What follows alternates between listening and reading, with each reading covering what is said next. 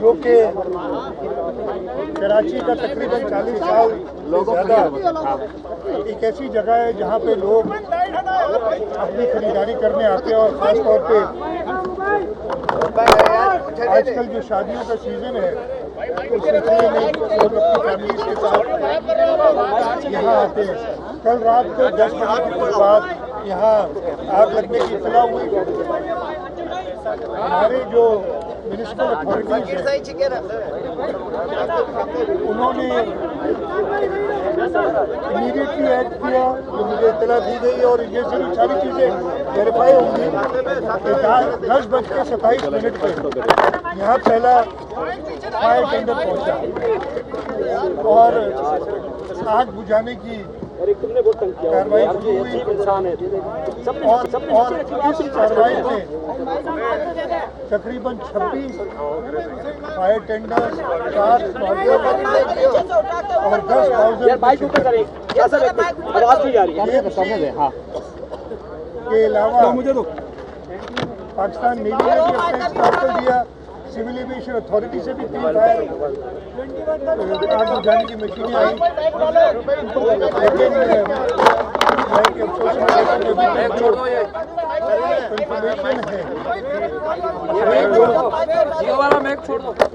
लोगों है जिसपे एक KMC का फायर फाइटर की हेल्प। उसके अलावा 22 लोग जख्मी थे, वो अस्पतालों में गए, और इस वक्त वो सब अस्पताल में कोई भी नहीं है। जो उनको माइनर चोटें थी या थे वो सब घर जा चुके हैं। लेकिन बहुत ज़्यादा तशवीश की बात है, एक तो खैर तशवीश तो हर चीज़ की है। 58 कुछ लोग कहते हैं 60 से ऊपर लोग लापता है। अल्लाह ताला उनकी ज़िंदगी में ये ग्राउंड, बेसमेंट ग्राउंड और 3 मंजिला इमारत थी, इसमें तकरीबन 1000 से ज़ायद दुकानें थी। इस तरीके से आग लगी है, इनिशियल है, कोई कह तो नहीं सकते। कंफर्मेशन कहते हैं कि शायद किसी एक दुकान में शॉर्ट सर्किट के बाद आग लगी, और ऐसा मटीरियल था उधर इम्प्लाइमेंट और जो हमारे फायर फाइटर्स थे उनको जगह नहीं मिल रही थी अंदर जाने की, जिसकी वजह से और नुकसान हुए। इंशाल्लाह हुकूमत अपनी से, मैं खुद कराची में नहीं था, एक तो लोग बातें बहुत बनाते हैं, तो मैं शाम को आया हूँ 4 साल कराची से मैं बाहर था, लेकिन मुझे रात को देर से इत्तला मिली थी तकरीबन 12 बजे, और कमिश्नर साहब से मैं राब्ते में था, डिप्टी मेयर से मैं राब्ते में था, चीफ सेक्रेटरी साहब ने 7 बजे मुझे बताया, और वो खुद भी इधर आए। सईद गनी साहब ने इधर चक्कर लगाया और जायज़ा लिया जो भी हो रहे थे। बहुत अफसोसनाक वाक़या है, बहुत अफसोसनाक वाक़या है। 2 चीज़ें अभी भी इस वक्त भी हम ज़्यादा कोशिश तो ये कि अल्लाह करे कोई जो 58 या 60 से कह रहे हैं लोग लापता हैं, उनमें से अल्लाह करे कि कोई नहीं होगी। उसके बाद बहुत सारी मुझे पता है कि आपके सवाल हुकूमत हमेशा, और ये पहली बात नहीं है, पाकिस्तान पीपल्स पार्टी तो हुकूमत बोल्टन मार्केट में जो सानिया हुआ था उस वक्त सदर आसिफ अली जरदारी ने खुद वफाक से मदद दिलाई थी सूबाई हुकूमत को, और कम्पनसेट किया था। हमने कराची चेंबर के थ्रू कम्पनसेट किया था। उसके बाद टिम्बर मार्केट में आग लगी थी, उसमें भी लोगों को कम्पनसेट किया था। इधर भी चांद की तो कोई कम्पनसेशन नहीं, लेकिन हमारी हद्दुल-इम्कान कोशिश होगी कि जो छोटे ताजिर इनका यहाँ नुकसान हुआ है वो हम एक ट्रांसपेरेंट तरीके से, जैसे हमने पहले बोल्टन मार्केट में और टिम्बर मार्केट में किया था, कोशिश यही होगी कि ट्रांसपेरेंट तरीके से उनके नुकसान का इजाला किया जाए। एक बार फिर मैं कहूँगा जिनकी जान गई है उसका तो कोई इजाला। पाकिस्तान के कई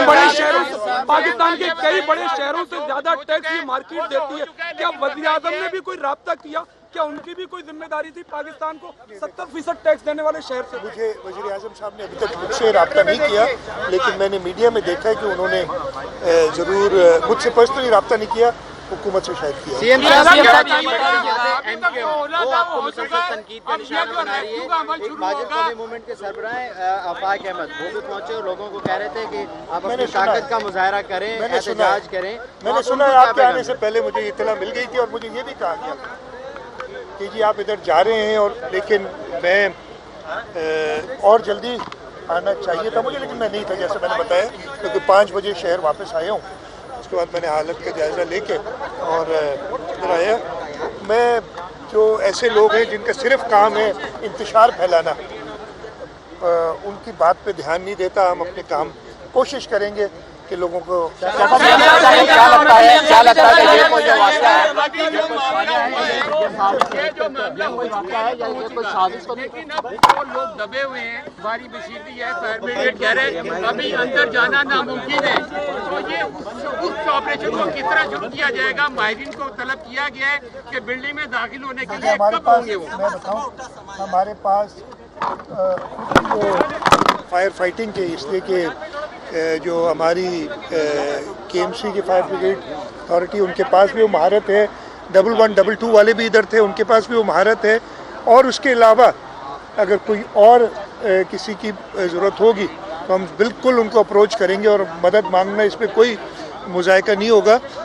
इस वक्त तक जो बताया जा रहा है, और मैंने खुद देखा है ये बिल्डिंग गुल प्लाजा, मेरे ख्याल है आप सब ने चक्कर लगा के मैं भी आया हूँ। मैं खत्म कर लूँ।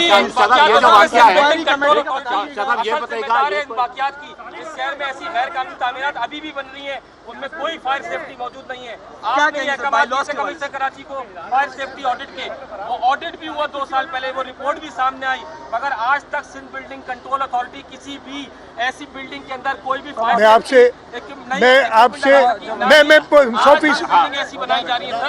मैं कह रहा हूँ, अच्छा मेरी जवाब सुन लेंगे। मैं आपसे एक सेकंड, मैं 100% आपसे इत्तेफाक करता हूँ कि यहाँ पे ये बिल्डिंग भी 80 के दिहाई में बनी हुई है। उस वक्त से और उससे पहले से, बल्कि उस वक्त से ख़ास तौर पे जब ये निज़ाम ऐसा लाया गया था, उसके बाद जो इसके अंदर डिटोरेशन हुई, और मैं ये एडमिट करता हूँ कि हम नहीं संभाल सके उसको, उस डिटोरेशन को, कि बग़ैर किसी स्टडी किए हुए कई मंजिला इमारतों की इजाज़त दी गई। और अब जो है अगर कहीं उनको कहा जाता है, रोका जाता है, तो बिल्डर्स और सारे एक तमाशा खड़ा कर देते हैं कि जी हमें तंग किया जा रहा है।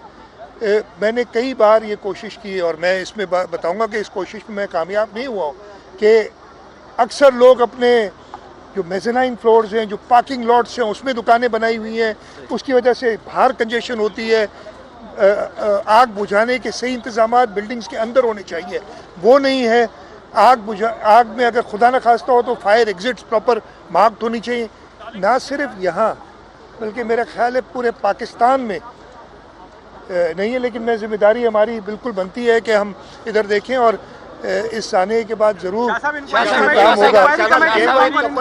बेटा वो मैं देख लूंगा, पहले इधर से हो जाए तो प्रॉपर इंक्वायरी बनेगी। साहब ये क्वेश्चन ले लेके कहा जा रहा है कि जो रेस्क्यू टीमें हैं वो लेट पहुंची हैं, 1.5 घंटा मुतासिर कह रहे हैं कि वो लेट पहुंची है। मुझे जिम्मेदारों के खिलाफ क्या कार्रवाई? मेरी बात सुने, एक सेकंड इनका जवाब दे दूं यार। सवाल आया है ना, अच्छा सवाल है आपका। देखें, जो मुझे इत्तला है 10:27 पे यहाँ पहला पहुंचा था फायर टेंडर, तो वो लेट नहीं हुआ। 10:16 पे इधर से इत्तला गई है, 10:27 पे यानी 11 मिनट बाद पहला। लेकिन लोग कह रहे हैं तो हम उनकी बिल्कुल तहकीक होगी कि किसने किसी की कोताही हुई तो उसको बिल्कुल सजा मिलेगी। अब आखिरी सवाल आपने आफाक अहमद का बता दिया, मैंने पहले ही बता था। ये बताइएगा, ये कोई जो वाकया है इतना बड़ा, ये शार्प कर जाए ऐसा नहीं लग रहा है, ये कोई साजिश तो नहीं है जैसा मैं मैं बिल्कुल इसके बारे में कमेंट नहीं करूंगा, इसलिए कि मुझे पता नहीं है। अगर पता होता किसी साजिश का तो सबसे पहले आपको बताता। मुझे पता नहीं, लेकिन ज़रूर ये जो इनको देखिए, मैं इसके बारे में डेफिनेट जवाब नहीं दे सकता। बहुत पेचीदा हालात हैं, और इंशाल्लाह जो भी हद्दुल इम्कान इंसानी कोशिश होगी वो यहाँ की जा रही है। Thank you sir, thank you Shah साहब, बहुत शुक्रिया सर, बहुत शुक्रिया।